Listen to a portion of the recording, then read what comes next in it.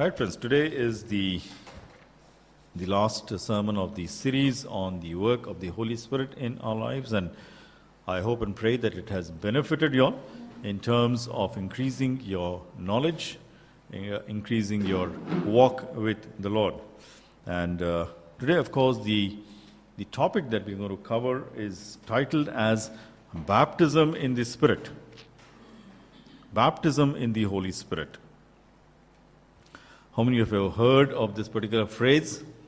And how many of you have been asked by others at some point of time, have you been baptized in the Holy Spirit? I'm sure that many of you have been asked this question, by others. A very important subject, my dear friends, as far as our faith is concerned, and yet it is a subject mired in controversy, with different denominations claiming different meanings for this particular phrase. The mainline churches, my dear friends, claim that it is at baptism and confirmation, my dear friends, that the Holy Spirit is given, while the Pentecostals and the Neo-Pentecostals, they claim that true Christianity begins only with the baptism of the Holy Spirit, and they believe, my dear friends, that to be baptized with water is not enough. There's a second stage of baptism, which they call the baptism of the Holy Spirit, which is accompanied many times, or they in fact say it is accompanied by signs like talking in tongues and so on and so forth, which actually gives you the power to live and demonstrate the Christian life. This is what the Pentecostals and Neo-Pentecostals believe, and as I go through this sermon, this is not a criticism of any denomination, but rather what people believe and what the Bible says is what we want to look at. All right, so please do not look at it as criticizing any particular denomination. Now, what the mainline churches or the Pentecostals, my dear friends, believe, how true is it biblically? What do we mean by baptism? What does the word baptism mean? The word baptism, my dear friends, comes from the Greek word baptizo, and which means to immerse. That's the meaning of this word baptizo, and the meaning that comes across is to be overwhelmed. That's the meaning. And the further meaning, the deeper meaning to that is it shows dying, my dear friends. Baptism basically shows dying. Paul expounds this particular concept in Romans chapter 6.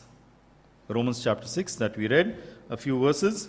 If you see from verses 2 onwards, he talks about baptism, and he relates that baptism to some kind of death. If you see verse 2, he says, we died to sin. And then verse 3, those baptized in Christ Jesus were baptized into his death.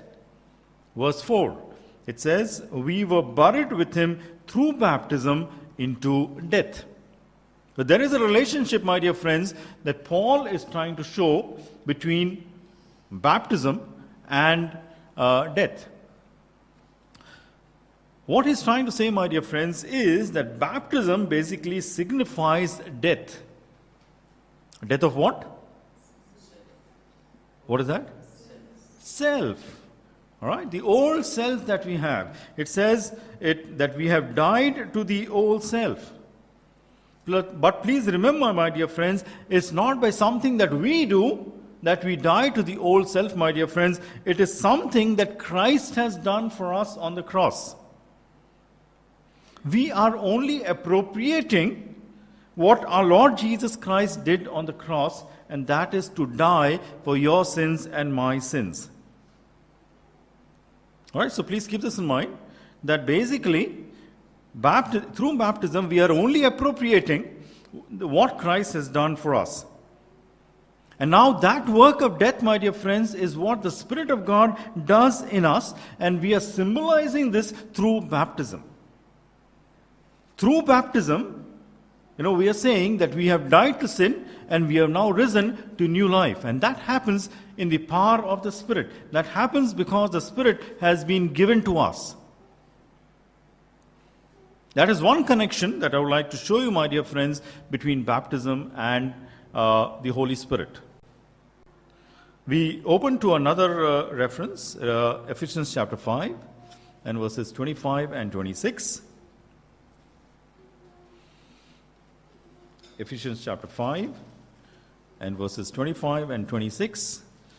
And there, basically, Paul is talking about, or is addressing husbands, how they should love their wives.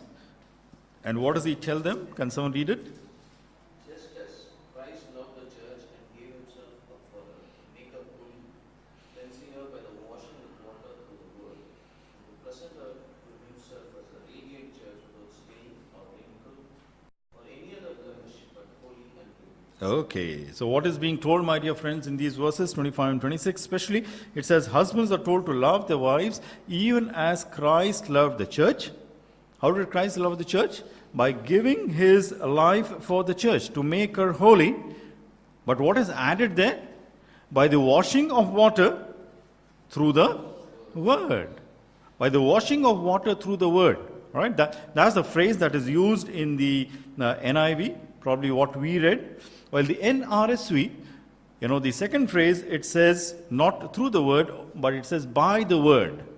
All right, and if you take the NEB translation, it says, again, washing of water and the word. Okay, so what is Paul trying to indicate here? He's trying to show how the church has been made holy. And how has the church been made holy?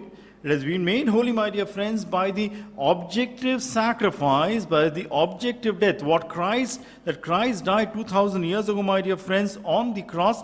By the death of Jesus Christ on the cross, the church has been made holy. How does that now become a subjective experience or a subjective reality? Yes? How does that become a subjective reality? He's saying, by the washing of water. See, that's what he's adding there. He's just not saying that through the death of Jesus Christ. All right? He's adding by the washing of water. So, the death of Jesus Christ becomes a subjective reality, my dear friends. That which was objective, which was 2,000 years ago, now becomes a subjective reality by the washing of water. And that is an allusion to baptism. Okay? But he adds there, through or by or and the word. What is the word that is being talked about here? It is the gospel. All right? Where the preaching of the gospel is also there. Baptism accompanied by the preaching of the gospel. Baptism accompanied by the proclamation of the death of Christ. That is the word. When that happens, it says the church becomes holy.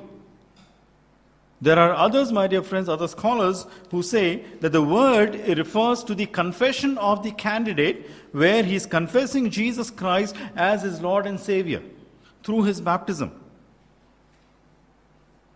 Whichever way we take it, my dear friends, it is important to note that baptism, as referred here in Ephesians chapter 5, verses 25 and 26, is accompanied with the confession of Jesus Christ as Lord. How do we, or what makes us confess Jesus Christ as Lord? Can you all tell me? We saw this particular thing about 2 weeks back. 1 Corinthians chapter 12.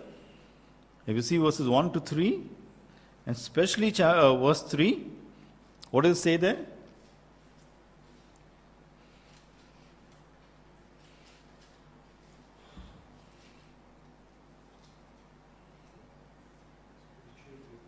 Spiritual gifts, yeah. No one who is speaking by the Spirit of God says Jesus be first, and no one can say Jesus is Lord except by the Holy Spirit. Okay. 1 Corinthians chapter 12 and verse 3, it says that only when we have the Holy Spirit within us, we can confess Jesus Christ as the Lord. Right? What is Paul saying? Washing of water, baptism accompanied with proclaiming Jesus Christ as the Lord. It is only when we have the Holy Spirit within us, my dear friends, that He inspires us to confess Jesus Christ as the Lord. So this verse also talks, my dear friends, about we having the Holy Spirit when we are baptized in Jesus Christ. Let's look at one more reference, the last reference for this particular section, Galatians chapter 3 and verses 26 and 27. Galatians chapter 3 and verses 26 and 27. What is said there? So in Christ Jesus, you are all children of God through faith. For all of you who were baptized into Christ have clothed yourself with Him. Okay, all right. Keep this verse also in mind. What is being said there? You're all sons of God through faith in Christ Jesus. Verse 27, for all of you who were baptized into Christ have clothed yourself with Christ. You are sons of God. You clothe yourself with Christ when you are baptized in Christ. What does it talk about? It basically talks about our belongingness to Christ. When we are baptized, my dear friends, in Jesus Christ, we belong to Jesus Christ. And we can only belong to Jesus Christ, my dear friends, when the Holy Spirit comes within us and inspires us for that particular work. So we saw three references, my dear friends. Romans chapter 6, verses 1 to 4, where we saw basically that baptism signifies death. We proclaim the death of Christ in our lives through the power of the Spirit, where we are once again raised to a new life in the power of the Holy Spirit. Ephesians chapter 5, verses 25 and 26, it says, we belong to Jesus Christ through His sacrifice, which is made a reality through baptism and confession through the Spirit of God. And also we saw Galatians chapter 3, verses 26 and 27, which says that baptism signifies our belongingness to Jesus Christ. All these verses, my dear friends, they talk of the one-time experience when we are baptized. When we are baptized, we confess Jesus Christ as our Lord and our Savior, and we are taken into the kingdom of God. And if you see that last passage that we read, Galatians 3, 26 and 27, Paul ends that passage by referring to Abraham. And what does he say then in that last verse? If you belong to Christ, then you are Abraham's seed and heirs according to the promise. All right. Why does he talk of Abraham's seed? Because Abraham basically believed, and that was considered to be his righteousness. Genesis chapter 15 and verse 6. He just believed, and when we believe, my dear friends, we are justified, by what God has done, Christ has done upon the cross. We are justified by grace through faith and taken into His kingdom. So very clearly, my dear friends, baptism is an initiation into God's kingdom. All right? Baptism is an initiation to God's kingdom, which is not possible without the Spirit belonging to us, or without the Spirit coming into our lives. And this is the general teaching throughout the book of Acts. If you see Acts chapter 10 and verse 44 following, we see there Peter coming and preaching to Cornelius and his family, and the many others also there. And even as Peter is preaching, the Holy Spirit comes upon all of them who are sitting there, and they're able to prophesy, and they're able to speak in tongues, so on and so forth. The Holy Spirit is given to them. If you see in Acts chapter 8 and verses 34 following, there is the Ethiopian eunuch, my dear friends, who is baptized by Philip on believing, and it is assumed there that the Holy Spirit is also given to that Ethiopian eunuch. And if you see Acts chapter 2 and verse 41 following, 3,000 people believed and were baptized. Okay? Again, the giving of the Spirit, my dear friends, is not shown as a separate incident. It is they believed and they were given the Holy Spirit. So to conclude this particular section, my dear friends, I can only say this, that baptism is a one-time incident in which we come into the kingdom of God. We are initiated into the kingdom of God. All right, so just keep this in mind. Now, how do we look at how do we understand the Pentecostal view? How do you look at those passages, my dear friends, where baptism with water and the giving of the Holy Spirit are two separate incidents, one of which we read in our reading for today? What do we make of such incidents? The two incidents, at least, that we want to see. First is Acts chapter 19. And you can just read those verses, Acts chapter 19 and verses 1 to 6. And someone can read it very fast. While Apollos was at Corinth, Paul took the road through the interiors and arrived at Ephesus. There he found some disciples and asked them, "Did you receive the Holy Spirit when you believed?" They answered, "No, we have not even heard that there is a Holy Spirit." So Paul asked them, "What baptism did you receive?" "John's baptism," they replied. Paul said, "John's baptism was the baptism of repentance. He told the people to believe in one coming after him, that is in Jesus." On hearing this, they were baptized in the name of the Lord Jesus. When Paul placed his hands on them, the Holy Spirit came on them and they spoke in tongues. Okay, this is one of the passages that the Pentecostals quote, especially to justify the two-stage baptism. One, the baptism of water, and the second is the baptism of the Holy Spirit. But is it really justified? If you see this particular passage, my dear friends, you would note some points there that these people, they had been baptized by John the Baptist. All right, and they had been baptized for repentance, and they had not heard the name of Jesus Christ. They had not been told about Jesus Christ. They had just been baptized for repentance. Okay, now verse 2 is a little misleading. You see verse 2 there, what does it say? Did you receive the Holy Spirit when you believed? Is that what it said? Okay, now scholars basically say that is a little misleading. It should be actually read as, have you believed in Jesus Christ and received the Holy Spirit? When they had never heard of Jesus Christ, there was no question, my dear friends, of them being baptized in Jesus Christ and they receiving the Holy Spirit. Okay, and that is where, when Jesus Christ was preached to them, my dear friends, they put their faith in Jesus Christ and there received the Holy Spirit. So very clearly, this passage cannot be taken to expound the two-stage theory of baptism. We don't see the next passage, that's from Acts chapter 8, the passage that we read.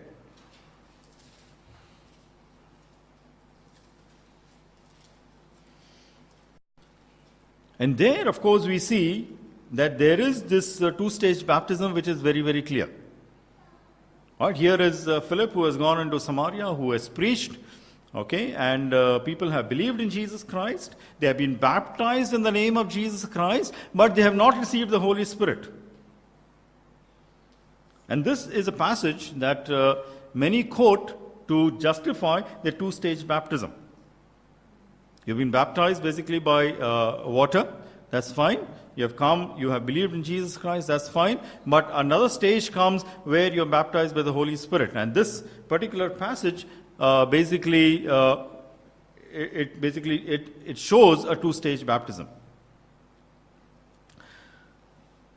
We see here that it's only when the apostles came and laid their hands on these people that they received the Holy Spirit. Now, what do we make of this particular incident? How do we understand this particular incident? There are two things that we need to remember. Number one is that this is not a typical incident. When we want to make a doctrine, my dear friends, we need to take the general rule rather than exceptions. All right? I showed you at least 10 references where basically baptism is an initiation rite. It's through baptism that we receive the Holy Spirit and we are initiated into God's kingdom. Now this is an exception. Now why is this an exception? Why did God allow this exception is something that we need to understand. Who are these people who had believed in Jesus Christ? They were the Samaritans, all right? And there was a deep divide between the Samaritans and the Jews. And the divide was so very strong, my dear friends, that even the common vessels would not be used. A vessel used by the Samaritan would not be touched by the Jew. People would not go through Samaria. If they had to go to Jerusalem, they would not go through Samaria. They would take another longer route and go. That was a kind of enmity that was there between the Jews and the Samaritan. And so now that Philip went and preached there, and these people believed, my dear friends, even if the Holy Spirit had been given at that particular point of time and a church would have been formed, there would have been two separate churches, my dear friends, a Samaritan church and a Jewish church. And the divide would still be there. That divide would not have gone. And the reason for Jesus dying on the cross, what Paul explains in Ephesians chapter 2, by he dying on the cross, by he nailing the commandments on the cross, he has made the two one. Where there were two, now they are one. He is the peace between the Jew and the Gentile. That, what Christ has achieved on the cross, my dear friends, would not have been fulfilled in the lives of the Samaritans. There would be two separate churches. And so, God allowed, my dear friends, the Samaritans to wait.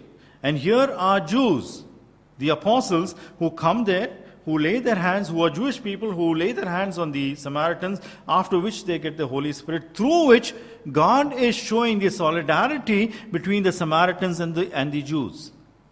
There is no Samaritan, there is no Jew, there is no Jew, there is no Greek, is what was the teaching and what God is showing in this particular incident. So very clearly, my dear friends, this particular incident, is an exception, and it was an exception for a particular purpose. And that is why this particular incident cannot be taken to espouse a two-stage baptism theory. Are you all with me? Is it too difficult to understand? I'm sure this is not an easy subject, all right? We tend to have a lot of devotional subjects, easy subjects, which is good, but at times we need to also dwell upon a little difficult subjects, so that our faith also becomes strong.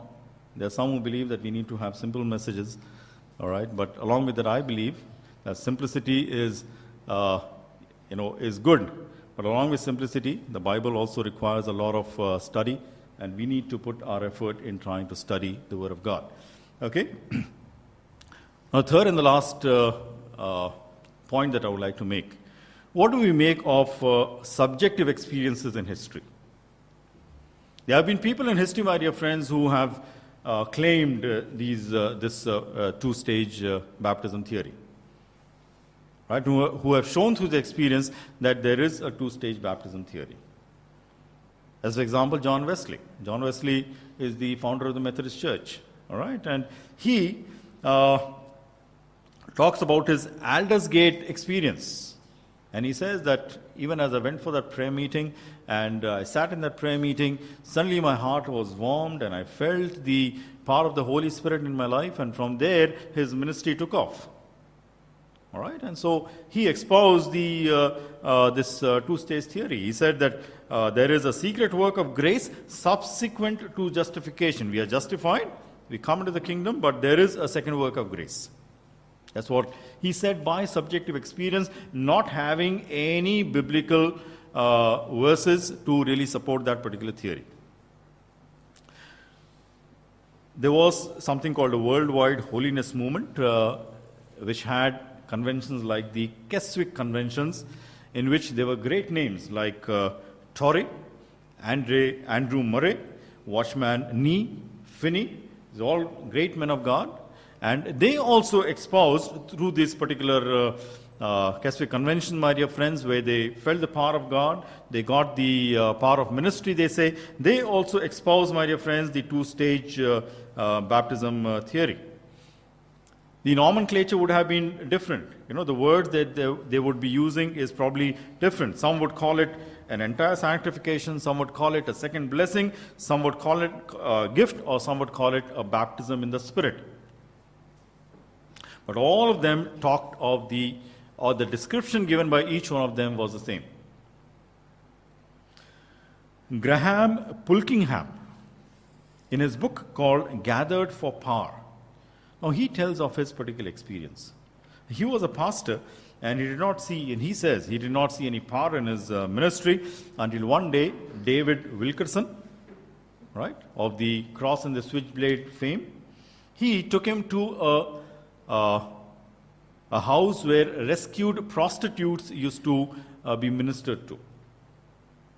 And even as he went there, Dave suddenly told him to just kneel down. And as he knelt down, the people who were working with Dave, they came and they laid their hands on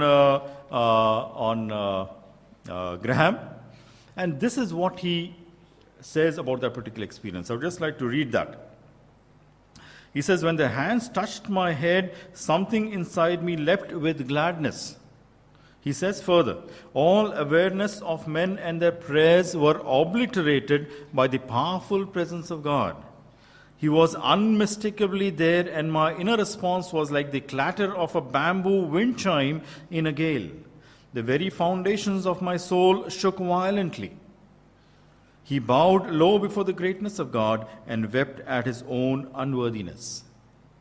"We can go now. The baptizer is here," said David Wilkerson to his companions, leaving Graham alone with God. What do we make of such experiences? When we read such books, we start getting a doubt upon our own salvation at times. Am I a Christian? I don't have this experience. Well, let me tell you, my dear friends, it's an experience given by God, but it is not baptism in the Spirit. That's a phrase that has been coined by people who have had such experiences, and which has divided the church, by which people have tend to say that these are inferior Christians and these are superior Christians. That's not biblical at all. There are certain experiences that God gives where God releases His Spirit on His people, my dear friends, and He strengthens His relationship. He gives a deeper experience of His own self. That may be a crisis experience, or that may be just a general growth experience. Even as you read the Word of God every day, you begin to grow in the Word of God. You grow deeper in the Word of God. You become more conscious of who God is. You become more conscious of your relationship with God. That may be a gradual process. Or it may be, my dear friends, a crisis experience.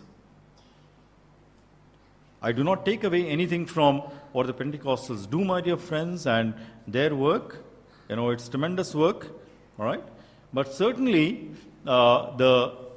I would say they have wrongly interpreted linguistically the Word of God when they say baptized in the Holy Spirit.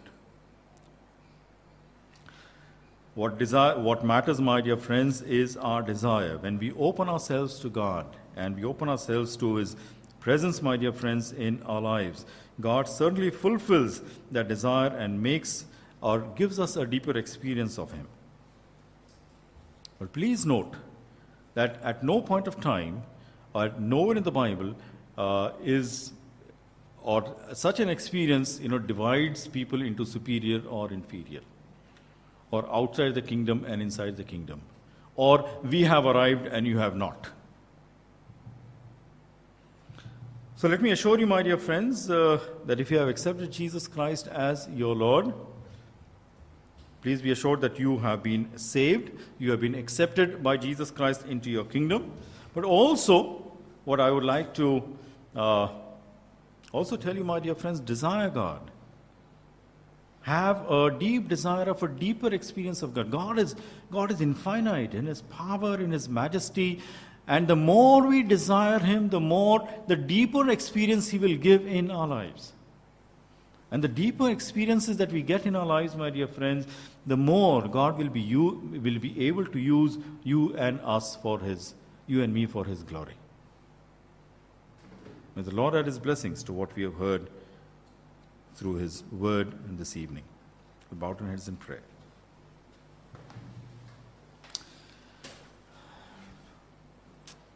Father Lord, we worship You, we praise You, Master, for this time, and for